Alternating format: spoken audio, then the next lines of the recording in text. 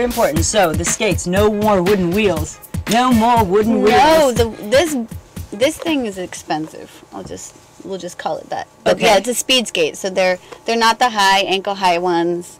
They have, you know, all this technology in the bottom. And so tell me why there's no ankle, because isn't the ankle, the height of the leather going around the ankle actually protect the ankle?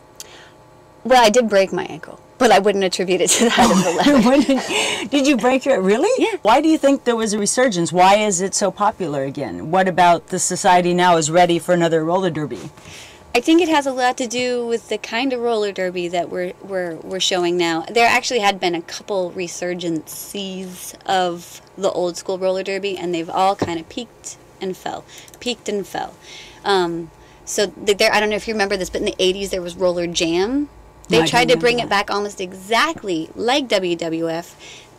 They had guys and girls in inline skates on a bank track, totally hammed up the off-track banter and relationships and fights and almost like a soap opera on wheels. It was exactly a soap opera on wheels, and I think that the absence of that is what makes the current roller derby it's more of a sport. It's incredibly real. I mean, okay. that's, I think, the number one thing is that every girl that skates it's somebody you can relate to them. I mean, we've got, you know, girls pushing 2 bills to, you know, we've got girls who are like skinny tiny types. We've got, you know, every walk of life skates almost. I mean, we've got skaters from 21 to 40. So you brought up a really interesting thing is I don't want to say what they do in their real life, because this is a real life too, so maybe like their you can call their other life. What kind of occupations do people hold that are roller derby players, queens? Well, I am a full-time mom. There's a lot of teachers. Okay. There's finance people, mathematicians, baristas. That'd be good. Maybe they can bring my latte faster if they want. PR representatives. Oh, excellent. Now, do the teachers ever wear their roller derby clothes into school? I mean, that would kind of freak out the class. Yeah, I'm not sure that has happened. However, we do have a nonprofit. Well, we are a nonprofit. Bay Area Derby Girls is a 501c. Very cool. I could never get that right. Anyway, we're a nonprofit, and then we have like a Skater Tots program for underprivileged second grade class over in Richmond. So one of our teachers helps work with that. So she puts her skates on at school. I'm not so sure about the whole outfit, as we like to call them. I would have loved to see my nuns in school on skates. There's the team level, like you've got the Furious Truck Stop waitresses. That's not in our league; it's in another league. But our league has the San Francisco Sheevil Dead. Sheevil Dead. Yes, they often come out in like zombie paint, and they actually decided recently that they're the Sheevil Dead Army. So they are in camo, short camo skirts with zombie paint, and then we've got the Richmond Wrecking Bells. And they have amazing bout fits, we like to call them. I love bout fits. Yeah, one of the girls who skates for the Richmond Wrecking Bell is an amazing seamstress and costume designer. So that works out. And amazing. Then I skate for the Oakland Outlaws. Okay. And then the names. I want to know the names because there's some crazy. By the way, we have the website under there, so you can check out. You can also go to ChristinaMarie.tv. There's a link to the Bay Area Derby Girls to find out all the names, pictures. It's a great site. And we're also having a skate-a-thon right now, so you can donate money to your favorite skater name. Okay. And that's on the homepage also. Very cool. I just put your homepage up. Remember that. Go there, check it out. But some of the names. Right. Just to rattle off a few, Iva Vendetta. Iva Vendetta. Sloppy Flo. Okay, we're not going to get into that. We're not going to talk again about that. Iron Maiden Form isn't one of my all-time favorites. That's my favorite.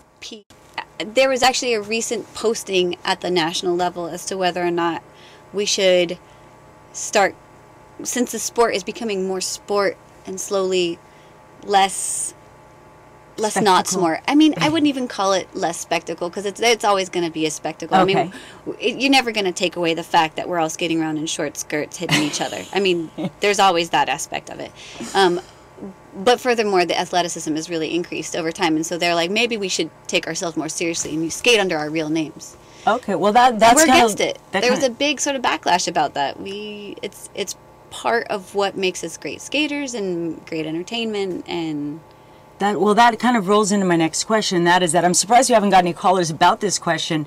A lot of people asked me when I told you you were going to be on the show that how do they go about with the whole femininity and violence kind of mixture, that the cocktail that you have of girls beating up each other in short little skirts. And yes, there is a sport, but with these names and with these outfits and the way that they are, how do you answer to that as far as making it a pure sport? It is a pure sport, but we're the women who made it.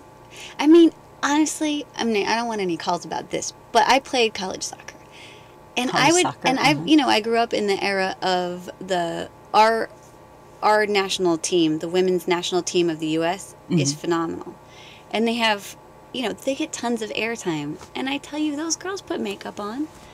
And they're happy for it, and we just take it to the next level. We just we play up our femininity because that's part of why we joined the sport, is the ability to do that, to have that cross section of exhibitionism and athleticism that it just rocks that way. I think it's great, and this is a call to all the female soccer players. You should be wearing fishnets. Christina, it could work. No, it could. No, it will not work. They will not stop. Yes, they will.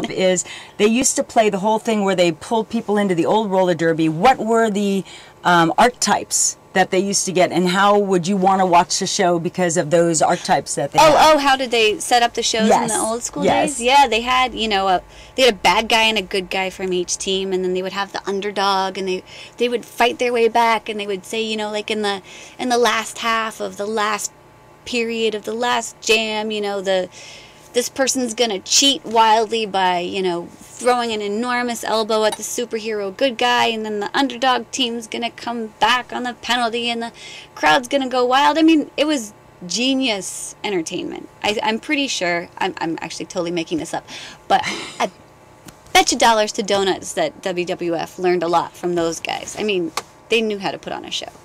That's pretty cool. That's wonderful. And I look forward, now there's a bout coming up now that I'm invited to, that I'm going to go to. And if you want to go ahead and talk about that and let people know where they can come see you. It's October 11th. I believe that's a Saturday. So. At the Fort Mason Center. And 21 and over, I found out. 21 and over. Yes. You can't bring the kiddies unless you're a skater. You wouldn't want to. I believe we're trying really hard to get SF Cheer to be our halftime show. Oh, very cool. They're phenomenal. That would be wonderful. And we always have some really entertaining halftime, and then we have, Pabst for $5, or 2 for $5, $2 for $5. $2 for $5. 2 Pabst for $5. That's how they make their money. Or $6 for Pabst and a shot of Jameson.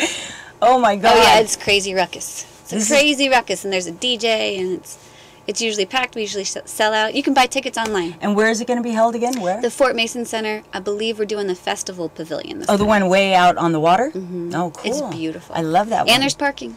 There's no excuses. There's public transit, and there's parking. There's public transportation, parking, shots, Pabst, girls Sparks, in shorts, everything. Hot dog stand. What else does anyone want? Well, I would like to thank you for joining us tonight on ChristinaMarie.tv. I would like to thank my guest tonight, the wonderful and fabulous Kitt Turbo. Anything to say on your way out? Hit me up at the belt. Don't go near me. You're scaring me, woman. She's scared. Help me. I'm going to need an escort out of here when we're done. Please do tune in for our next show. We are on the 2nd and the 4th Friday every month. It's ChristinaMarie.tv. Check me out at www.ChristinaMarie.tv. Can I say Christina Marie anymore? I think. Christina Marie. Thank you.